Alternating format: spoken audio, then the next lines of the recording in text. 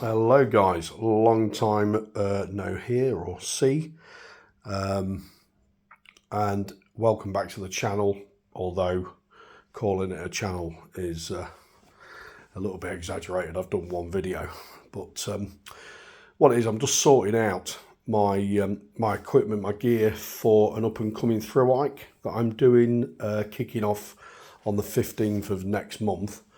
And I'm just getting my gear together. So basically I've just laid it on the floor and as you do, posted a bit of a picture on Facebook. And then I just thought, you know what, while I've got it all out, we'll just run through some of the stuff and show you what I've changed since I did the West Island Way and what I'm currently using now. Some of it you've seen before, some of it you haven't. And this video might go on then to help other people or inspire them with kit choices. Some of it, or most of it, is ultralight. Some of it's expensive, and other stuff I've found, you know, relatively cheap, that works just as well as something that costs stupid money. So I'm just going to go into a few bits of kit. And what we'll do, we'll probably start with a sleep system again. So, I mean, it's a funny time of the year at the moment. I was up in the Yorkshire Dales the other week and we did have frost within the tent when I woke up in the morning. So temperature was dropping, but again, I'm using the Cumulus 450 quilt. Goes down to -1 very comfortably. This stage, I'm not that interested about switching it out. I have now got lighter quilts for summer use, but like I say, it's unless the weather changes dramatically, I'll be taking that, so I know that I'm going to be warm and safe. I'm then pairing that up with a Sea to Summit Aeros or Aero Premium, I think they call them. So it's just basically the same as the others, but it's got a bit of plush sort of material on the top, but it gives it a little bit more cushion, and it feels like more like a proper pillow than a blow up ball underneath your head. Sea to Summit, I've switched the Etherlite out and now going back with my older ultralight insulated, really comfortable, inflates, it's the standard size, inflates really quickly, deflates instantly, weighs about, I don't know, 450 grams or something like that. It's compact, and like I say, it's comfortable. And yeah, I can't lay on a thin bit of foam like a lot of ultralighters. I do need some sort of cushion. Still rocking a Decathlon down jacket. They've gone up in price since the last one I had.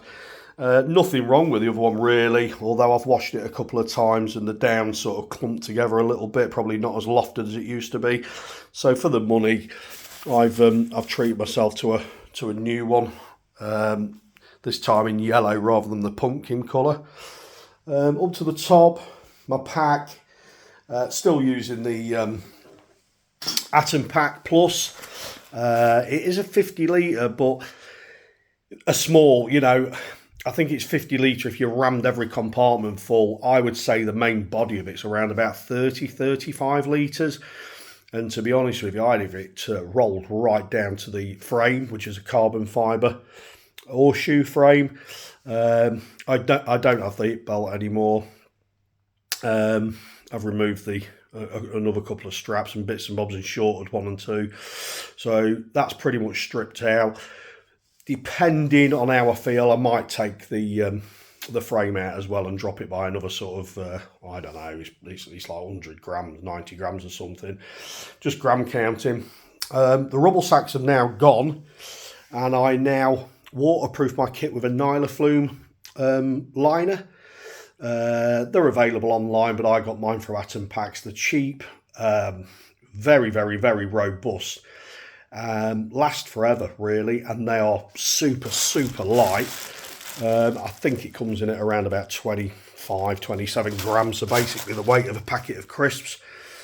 And I've had that one 2 years now and it's still going strong. Filtration, Canon B3 still going strong. Smart water bottle, 850 millilitre. Still using my juice, the Robinsons thing, just to take a taste away of boring old water at the end of the night. Gives you something, you know, nice and sweet to drink rather than boring water. What I'll do is I'll work down this column, then go back up to the top. First aid kit, generic. There's things in there to treat minor injuries and minor illness. No point in carrying around a big trauma pack, because if it's you that's injured, you can't use it anyway. So you just need something to patch you up. The most important thing, I think, or feel, when you're out on the hills is communication. You can have the best trauma pack in the world, but if you can't get a signal out for someone to actually come and get you, or the person you're treating, it's a waste of time, because that trauma pack will only last so long. And if no one's coming, you're on your own. So something nice and basic, something that will just patch you up, but comms are key for me. I've been bit a few times with ticks while I've been out, including Scotland.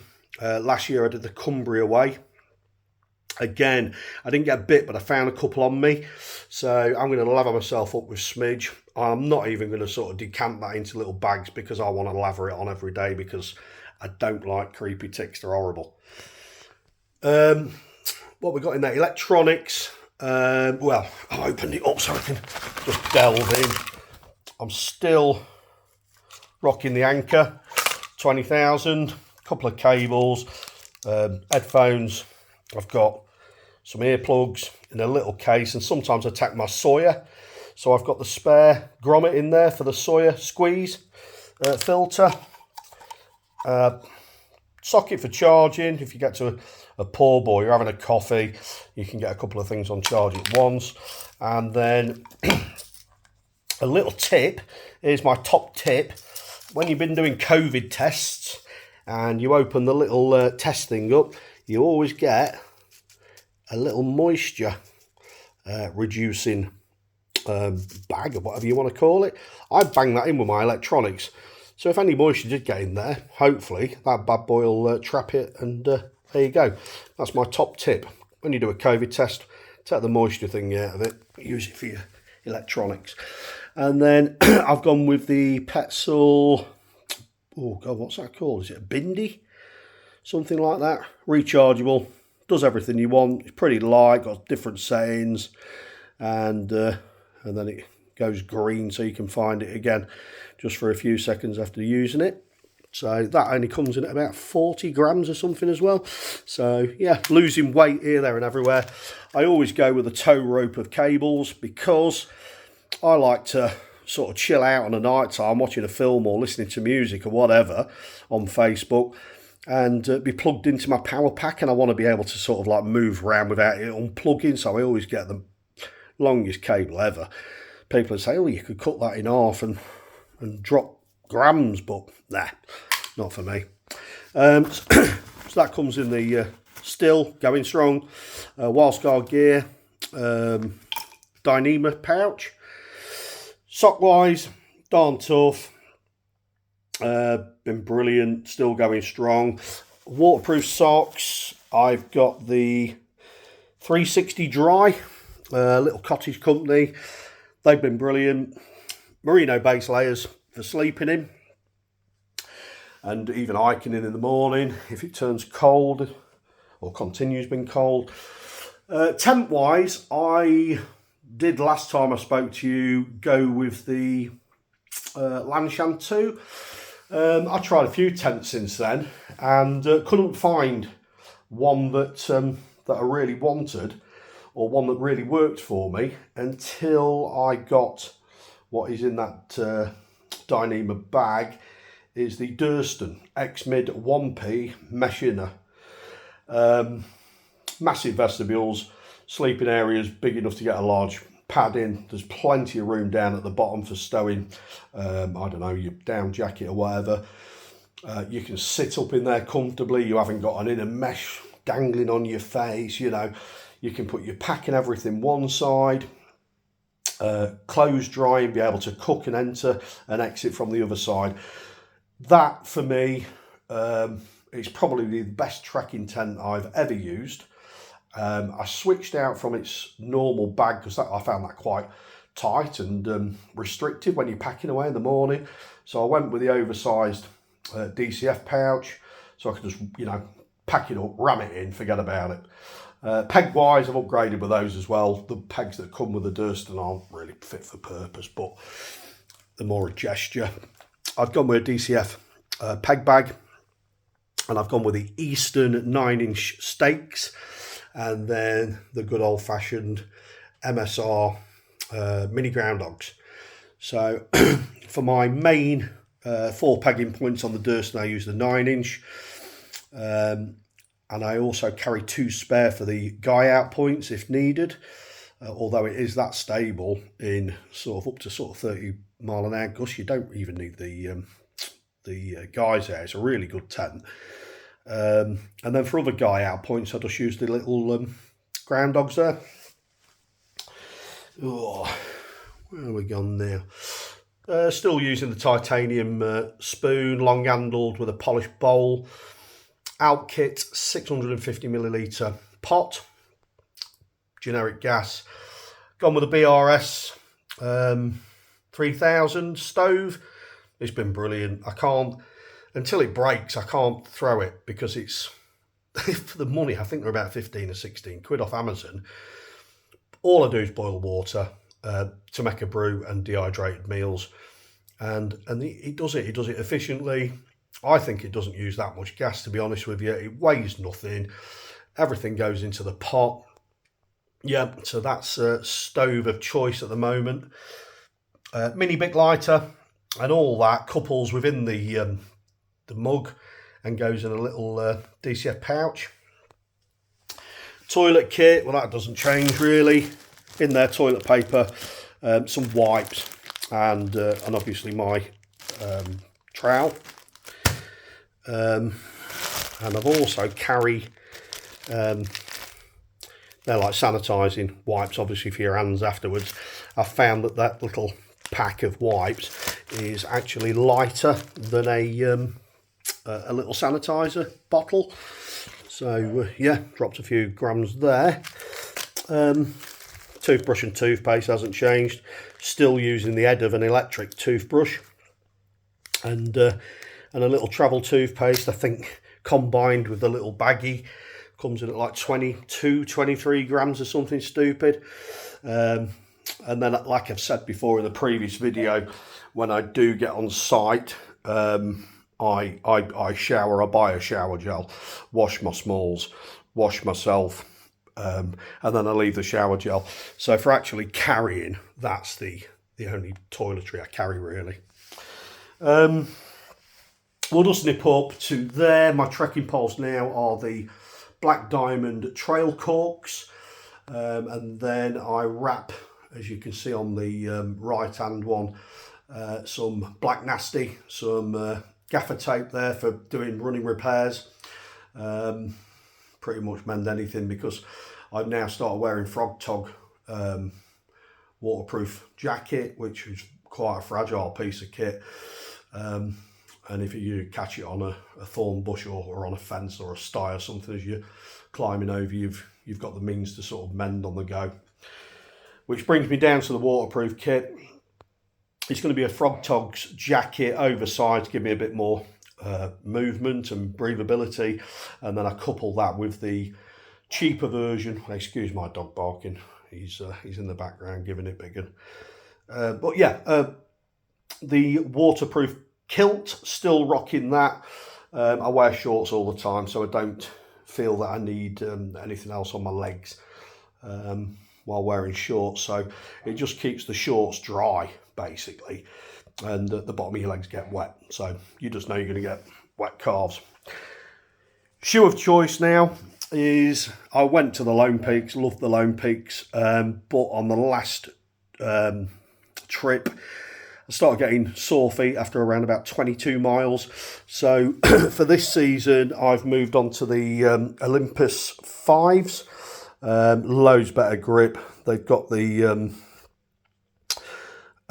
Vibram Mega Grip outsole, loads more cushion, and they're a more structured shoe. The heel cup is a lot better. They just feel a bit, you know, loads more robust, loads more cushion, and you just feel that you're wearing more a hiking shoe rather than a ballerina's, you know, I don't know. The Lone Pinks are good, but they're so minimal. Yeah, so I feel that these have been a good purchase, and yeah, I'm really enjoying those at the moment. So that pretty much concludes some of the older kit that you've already seen, and mixed in with some new kit. Again, you know, I could get more expensive kit, I could get cheaper kit, but this is all working for me at the moment, and it's a combined base weight. So that includes the empty gas canister and all the empty bottles and everything like that. What you've pretty much seen, apart from the shoes and your trekking poles, is around about 4.5 kg. I use ICA app, and I try and plan all my hikes so that I know when I'm going to sort of like do resupplies for food and also water, because it gives you all this information on the app. So I try and plan it where I'm not carrying loads of food, because why walk past the shop and carry it, you know? Why don't you just don't carry it and walk in the shop and buy it, eat it, walk to the next shop, buy it. It works for me, keeping the pack weight massively down. So that's what I do. So I'm going to take 4 main meals, dehydrated main meals. I'm going to take some coffee bags and then some trail snacks. But I'm not going to go OTT, because like I say, we'll be calling in shops and pubs and restaurants and stuff like that along the way, cafes. They're more going to be like emergency meals, or every other night do a wild camp and have a meal, you know, a dehydrated meal, rather than going to the pub and having pie and chips. So that's the way I'm going to do it, and I hope it's been interesting for you. If you've got any questions or anything like that about any of the kit, or you're unsure of it, or you know, you feel that you've got a suggestion for me that works for you, and why don't I give it a go, then please drop it in the comments below, and like on the last post, I will get back to you as soon as I possibly can. And yeah, so until then, keep smiling and keep hiking. Cheers.